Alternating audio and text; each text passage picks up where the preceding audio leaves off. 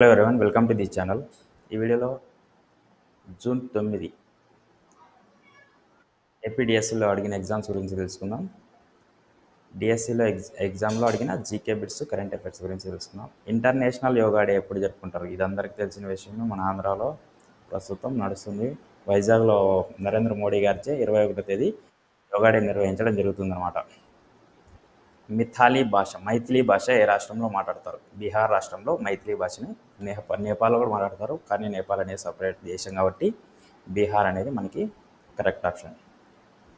Next, Pataliputra ఏ నగరాన్ని పోలి ఉంటుంది? సో పాటలీపుత్ర అనేది పాట్నాగా ఉంటుంది అప్పుడు. పాటలీపుత్ర గ్రీకు మసిడోనియా నగరానికి పోలి ఉంటుంది అనమాట. ఆన్సర్ వచ్చేసి మసిడోనియా. ఏపీలో షెడ్యూల్ కులాల ఆర్డినెన్స్ ఎప్పుడు అమలులోకి వచ్చిందంటే ఏప్రిల్ 16, 2025 జియో ప్రకటించినారు. 17 నుంచి అమల్లోకి వచ్చిందనమాట. 2024లో జరిగిన ఒలింపిక్స్ భారత్ ర్యాంక్ ఎంత? 71వ స్థానంలో ఉంది. మనకి 6 పథకాలు వచ్చింది, అందులో 1 గోల్డ్ మెడల్ వచ్చిందనమాట.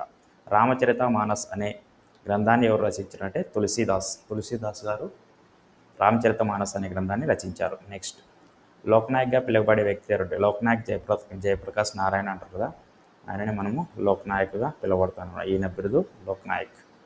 ఐక్యరాజ్య సమితిలో ఫస్ట్ టైం హిందీలో ఎవరు ప్రసంగించినారని అడుగుతున్నాడు. అటల్ బిహారీ వాజ్పేయి ఎక్స్టర్నల్ అఫైర్ మినిస్టర్గా ఉన్నప్పుడు మనకి 1977లో ఐక్యరాజ్య సమితిలో హిందీలో ప్రసంగించినాడు అనమాట ఆయన. My journey transforming dreams into actions అనే పుస్తకాన్ని రచించిన రచయిత ఎవరంటే మన ప్రీవియస్ రాష్ట్రపతి అయినటువంటి ఏపీజే అబ్దుల్ కలాం గారు ఈ పుస్తకాన్ని రచించారు. My journey transforming dreams into actions. ప్రస్తుతం యునైటెడ్ నేషన్స్ సెక్రటరీ ఎవరని అడిగానట. నెక్స్ట్, యాంటోనీ గుటెరస్ అని ఆన్సర్ వచ్చేసిందంట. లైబ్రరీ వారోత్సవాలు ఎప్పుడు జరుపుకుంటారు? సో లైబ్రరీ వారోత్సవాలు అనేది ఇండియాలో రకంగా, యూఎస్లో రకంగా జరుపుకుంటారు.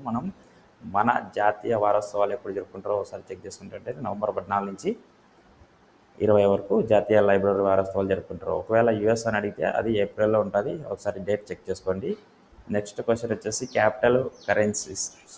కంట్రీస్ అండ్ క్యాపిటల్ గురించి అన్నట్టు. ఏ కంట్రీ అనేది కూడా మెన్షన్ చేయలేదు, కానీ మనం కంట్రీస్ అండ్ క్యాపిటల్స్ గురించి తెలుసుకుంటే మనకి ఈజీగా ఉంటుంది అనమాట.